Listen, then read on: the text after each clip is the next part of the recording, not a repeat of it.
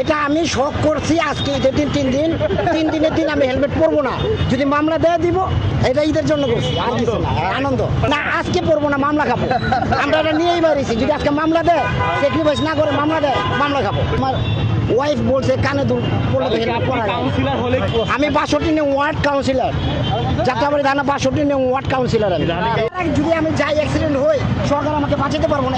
এতগুলো অ্যাক্সিডেন্ট হয়েছে, সরকার মারা যাবেন, কিন্তু পরবর্তীতে বলবো যে আইন শৃঙ্খলায় সরকার দুর্বল, তখন না। আমি এটা কেন বলবো? আমার বোর্ডে সরকার হয়েছে, আমি সরকার দুর্বল কেন বলবো বলেন? কেন বলবো? হেলমেট নাই, এটা আমার অপরাধ হয়েছে, মামলা দিব, চলে যাবো, বাস শেষ। আর কোনো কথা বলার ইচ্ছে নেই। না, হেলমেট তো অবশ্যই পরবো, আজকে বাদেই হেলমেট পরবো। আচ্ছা ঠিক আছে। না, আজকে পরবো না, মামলা খাবো। আমরা এটা নিয়েই বেরিয়েছি, যদি আজকে মামলা দেয়, স্যাক্রিফাইস না করে মামলা দেয়, মামলা খাবো। এটা ঈদের জন্য করছি, আর কিছু না, আনন্দ। এখন যদি আনন্দ যদি আমরা উপভোগ না করতে পারি, মামলা খাবো। হ্যাঁ, বুঝি নাই। মামলা পেয়ে কি আপনি কতটুকু খুশি? যদি দেয় কিছু, আমার খুশি না। এটা কি খুশির কথা? মামলা দিলে কি এটা খুশির কথা?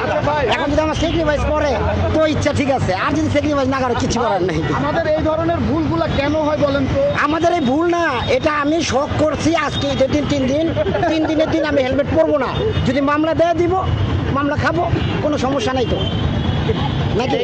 ঠিক আছে ভাই, ওনার সাথে আমি 62 নং ওয়ার্ড কাউন্সিলর,